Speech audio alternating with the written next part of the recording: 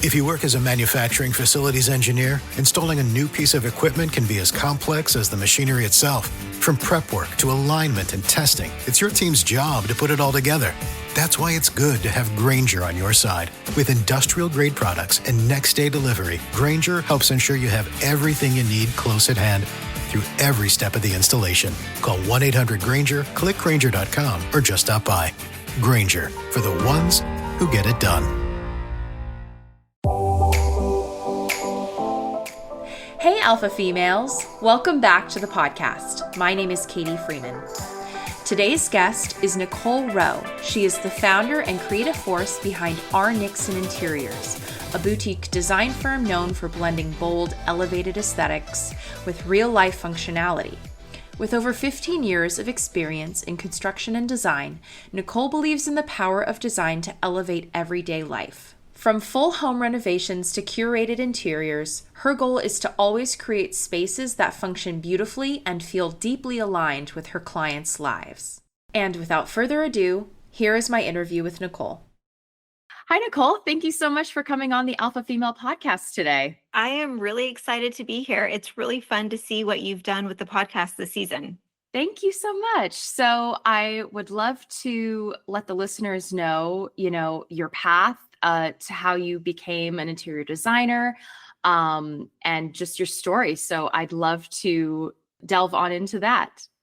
Of course. I find that with most interior designers, there's kind of two paths. They either went to school for it, they knew they wanted to do it forever, or they came from a very different career. I find I'm actually somewhere in the middle. I've always known I've loved this kind of stuff, didn't know it actually existed, but I went to school for building construction. And going to school for building construction, you are exposed to interior design as a career. And I think that path, as more traditional than some, really kind of started a long time ago. So how did that idea of being an interior design even start for you? So take me through the journey of you get this idea and then you think, let's run with it. Of course. I've always been someone that has been affected by their surroundings. I've always known that there's more to a paint color than just the color, or how the furniture is set up, or how a room makes you feel. That's always been kind of ingrained in who I am. Going to college, studying construction, having the opportunity to be really part of so many different interesting projects and really bringing spaces back to life or better than they ever were always brought me a lot of joy.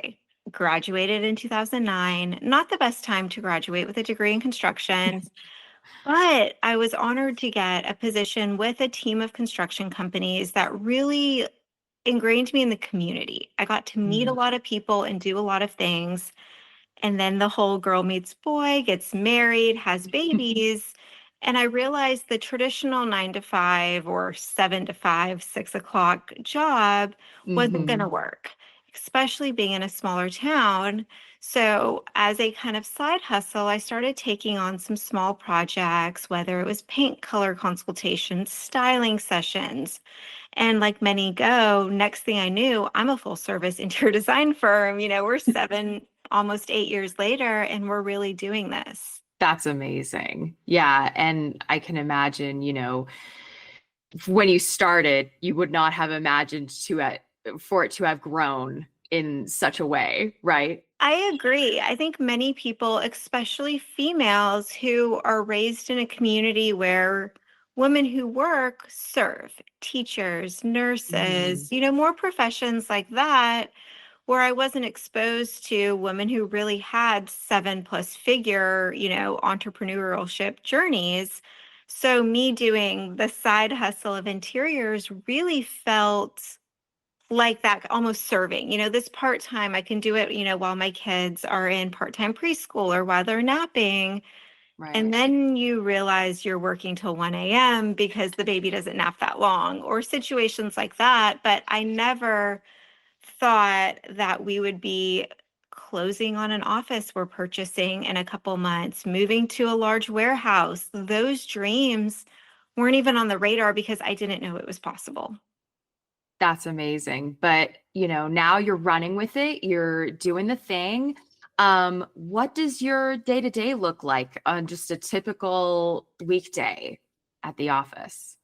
I think summers we can just like mark as a wash for most of us because as we know, it's not, as consistent. But I am part of that 5 a.m. club that, many people lean into because when else are you going to have a quiet house when you have 4 children and a husband and animals? So rising up at that 5:15, getting Mm, movement or a workout in, depending on the day, and then being upstairs ready to be present with the family at 6:30 during the school year. It's lunches, it's getting dressed, it's getting everybody ready, dropped off at school at 7:30. Then it's, the work day of the meetings. Some days are heavy in office design days with the team. Collaboration is huge. Other mm. days are job site days or, entrepreneur, CEO, founder, hard work, or as we all know, bookkeeping stuff, like the things, the non-glamorous. But I really try to heavy focus in that, say 8:30 to about 4 p.m. is work Okay. with the hair appointment or, the occasional other things scattered in because that's the reality of it. The dog has to go to the vet or you have to go to the doctor. So I think Mhm. having that flexibility that honestly it ends up probably being 15% of your week is spent doing personal things. Okay. Okay, that's good. It sounds like, you have a good balance of being able to run this company, but then also have family time and time for yourself and self-care. I feel like that is so, so crucial for women, being entrepreneurial, that I feel like that's the only way you stay afloat. I think that's true. I think we're all guilty of having seasons that lead us close to burnout, or you get sick a lot, or you realize Right. that you're dropping the ball often. But I think if you can pre-schedule certain things that have to happen, some of us have to get our hair done. I love getting my eyelashes done because it just makes everything else easier. But if I don't put that in 3 weeks in advance, I'm It's never not going going to to schedule happen. it. It's not. Exactly. Exactly. So you started in construction. How did you start breaking into the design space and getting your name out there? I just dove in. I Okay. will say that about this 8 years ago time frame, there wasn't the access to all the information that there is now. You didn't have Right. all these designers that were coaches or had programs, or honestly, a lot of designers now have access to these retreats that teach them everything in 5 days, or these classes online where that didn't exist. You could Google things, but it still didn't bring up enough. There's Mm, a few podcasters that I listen to literally every season and every episode, but a lot of it was trial and error. And mm, that's hard. And hmm. it's really hard when you're dealing with clients' money. And eventually, there's 7+ figures coming through our firm. You've got to know what you're doing. So I'm curious, like your experience with your first, say, 5, 10 jobs. How do those experiences differ from now how you run things?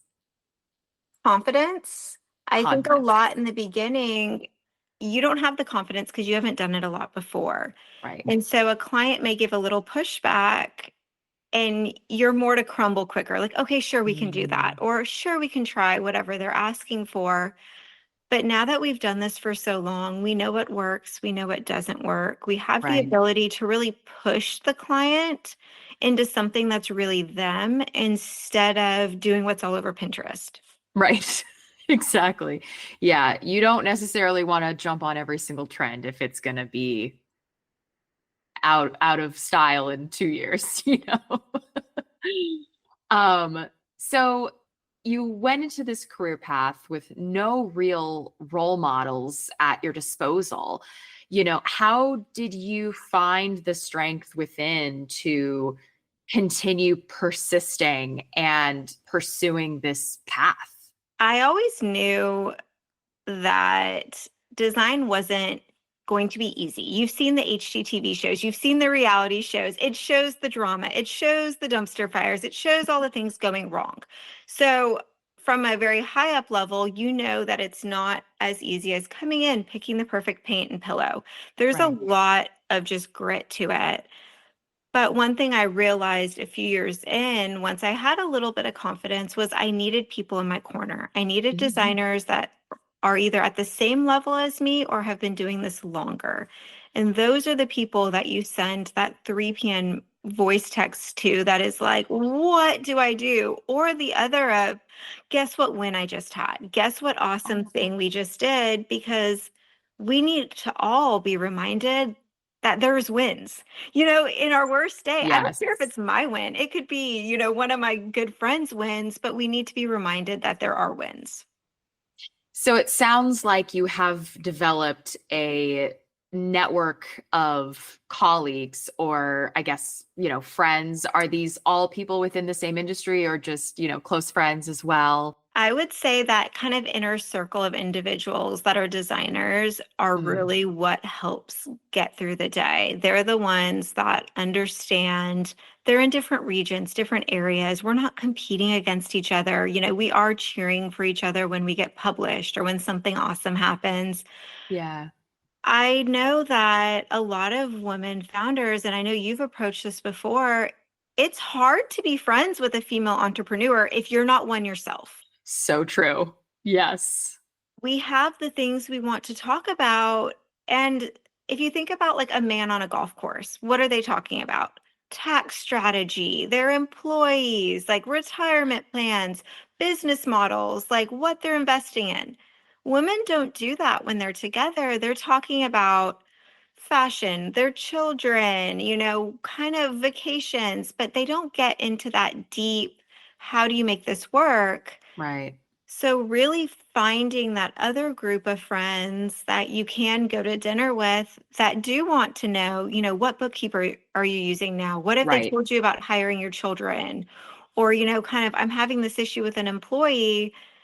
No one else wants to hear that. Like the other ladies at the table don't care. But if you have three or four that are kind of in the same level of business and get it, like that is gold.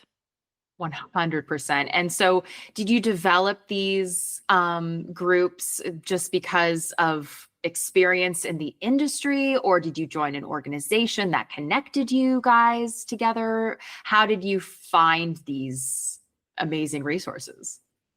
I think it's a combination. I think when it becomes local to you, you kind of just can like see who's in it with you. Like, like, oh, this person is a wedding planner. This person owns a staging company. This person does this. But now we're all connected globally. Like, you're on the West Mm. Coast. Joining those organizations, attending those retreats, going to those functions, even if at the end of that function, you don't love the organization or you don't love everything that you got taught, really try to meet two or three people there that you can text, that you can stay in touch with. Because, okay, you paid 4,000 for a retreat, but now you have like three new good friends that get it. To me, that's worth Hmm. it. It's So worth it. 100% worth it. Yes, exactly. So, what were some obstacles? Are there any instances that kind of stand out to you as like, oh, that was a moment where I needed to buckle up and persevere? I would say, like a lot of children that grew up in the 80s and 90s, we didn't talk about money. Families didn't Okay. talk about money. You Mm, never quite knew what was coming in, what was going out, or any of that detail. It just wasn't, especially spoken to daughters about. And as soon as yes. it started being me sending out invoices that were, 75,000, 150,000, these large invoices where my insides were like shaking, but I can you imagine. realize the client that has hired you doesn't even think twice when they cut the check and hand it over.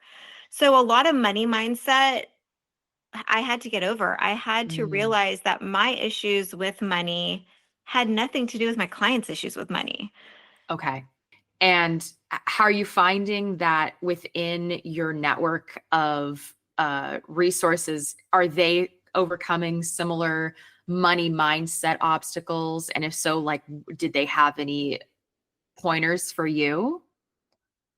I think it's one of those that money is always a trigger for people. The joke is you can be great at math, but you put a dollar sign in front of it and everybody just kind of gets shaky. So I think the Yeah. money side of it always gets talked about. I think the cost of doing business as a small business, it's expensive. When you Right. look at all your insurance plans and policies that you have, your rent every month, if your company has vehicles, you're paying for internet, you're paying for phone, you're paying for dumpsters.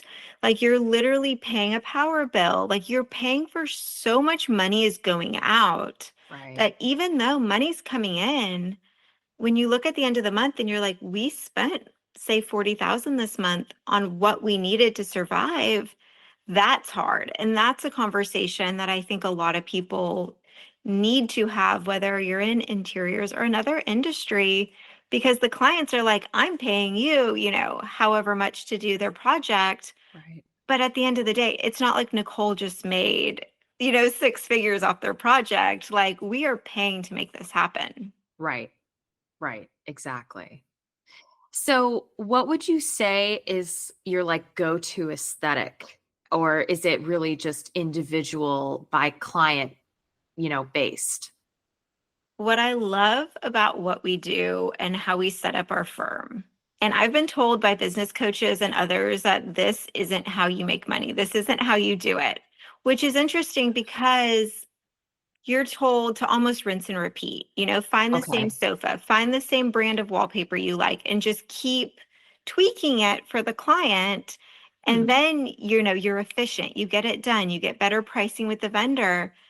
But what we really love is really figuring out who the individual is, who their Mhm. family is, figuring out what their personal brand is. Everyone now seems to have a personal brand. That doesn't mean you're like on TikTok doing dances, Right. but if you're a founder or you have a company or you're, higher up in a business, you have an image, right? You Yeah. think about what you wear, you think about the car you drive, you think about all these things, but then you go home at night and your house is just like this, 2000s, mini mansion that's super boring and hasn't been updated because you don't know how to get it there. So our firm really tries to figure out who the person is, what they love, how their days function, how their mornings operate, what their family likes to do, but then really just make it awesome, make it cool, make it the right colors, the right features, and make it to the point where they want to have people over. They want to Yes. entertain. They want to, throw the party, or they want to use all the spaces in their house. I mean, how many people have like a front room that's like a formal living room that they use maybe at the holidays? Right. But it's true. And it's like, if you could take those spaces, we just did a project where it was a bachelor, he's Okay. retired, but he's, was married at one point. Now the house is his. He had three guest rooms. What single man needs three guest rooms? None. And one of them, I was like, what would be your dream? What would you love to Right. do? And he's like, I'd love like an arcade room, like a bar and, darts and like a racing game. Well, guess what we did? We turned it into an arcade room. And I guess what love room he this. uses every single day? The arcade room. The arcade room. So I think aesthetic is great. We can make it awesome, but it's a little deeper than that. It's, what do you want to do every day? How do you want to use your house? But also, how do you want people to perceive you? Right. Right. Uh, that sounds like such a bachelor answer. I, I want an arcade room. But that's great. You were able to, meet him where he was at and provide, you know, the right the arcade room that he wanted. And we did the designer thing. It has the draperies, it has the great Okay. wall paint, it has, a pub table, it has some neat features, but it still has the neon sign. It still has, the games, but it's awesome and it brings him joy. And that's what we want at the end of the day. That's amazing. Yeah, no, I think that is honestly such a testament to a space of like, how often are you using it? Do you feel comfortable bringing guests over and hanging in that space and feeling like it can accommodate that?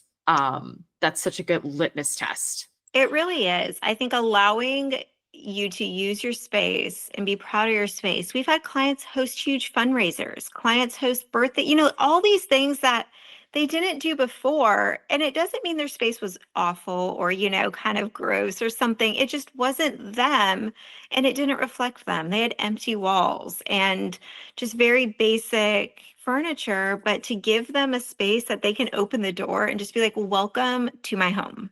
Right. Exactly. And, even for the people who don't really host that often, it's definitely great that you focus on, well, do you want, how can we make you want to be in this space going forward? Are you finding that there are specific like design trends that people tend to gravitate towards that are, um, of a specific trend, or are they kind of more evergreen? Like what tends to be the trends you're finding? I think with us, we try to kind of slightly stay away from trends, but really lean into features. So paneled Okay. appliances, having a refrigerator and a freezer and dishwasher that are no longer the stainless steel, but match your cabinets.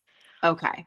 Or the addition of more wall sconces. Like that is something that, yes, wall sconces might be a trend, but they're more of a feature. They bring the light down.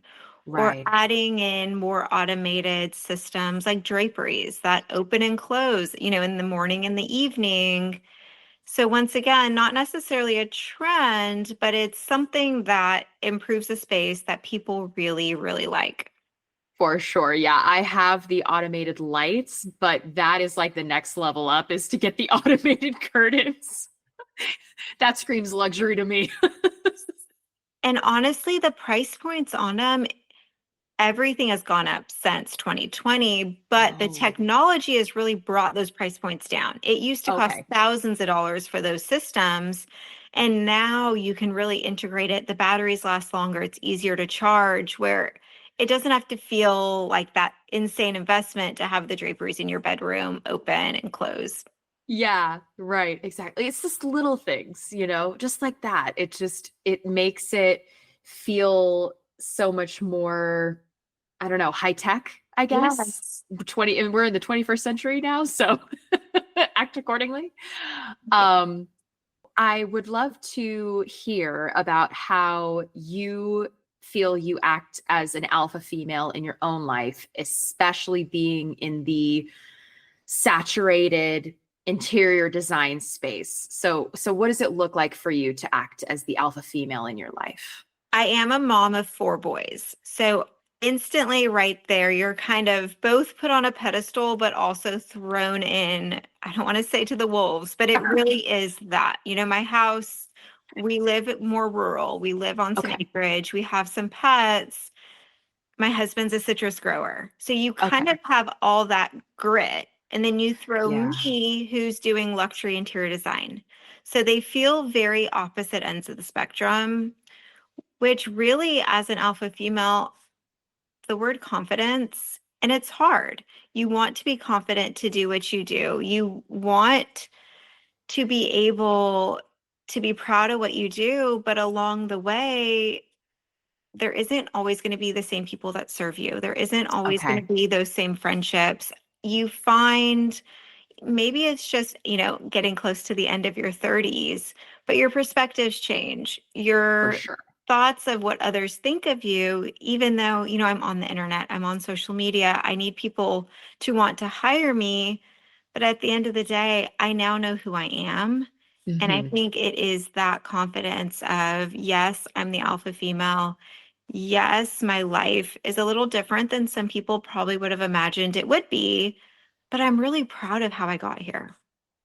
Right, exactly. And you're doing the thing, you're doing the mom thing, the wife thing, the business owner thing. So I feel like you are such a walking example of what women can aspire to. So I just want to give you your roses for, No, for but what you're working on. Yeah. saying that, one of the things I have found really inspiring and interesting is now going to my kids' school and these young girls coming up to me and saying they want to do what I do when they grow up. They want to come work for me. Oh my And in my gosh. head, I'm like, I wish I would have had something like that. I never Yes. had someone in my life that I was like, oh, I want to be you or, do what you do.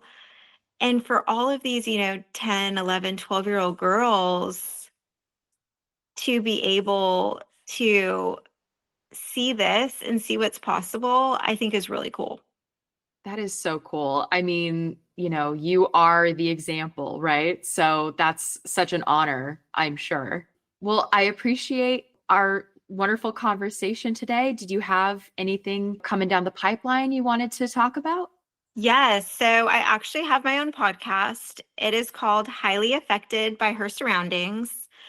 We wrapped up season 1. Season 2 will start this fall, but we have about a dozen really great episodes that we did earlier this year.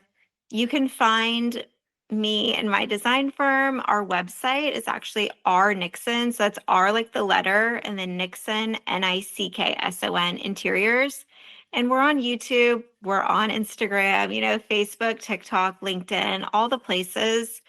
We offer virtual consultations, which are really fun. We do them for both commercial spaces and residential spaces. It's really, kind of that hour meeting where we can really deep dive into what you want and what your space looks like. And we take projects across the country as well for the right project. So definitely, send a DM. I'd love to connect. Thank you for listening to this week's episode. I hope you enjoyed my conversation with Nicole as much as I did. And if you want to get in touch with her, I've included her contact information in the show's notes. If you like this episode, please rate the show 5 stars wherever you listen and be sure to subscribe. Until next time, Alpha Females, take care.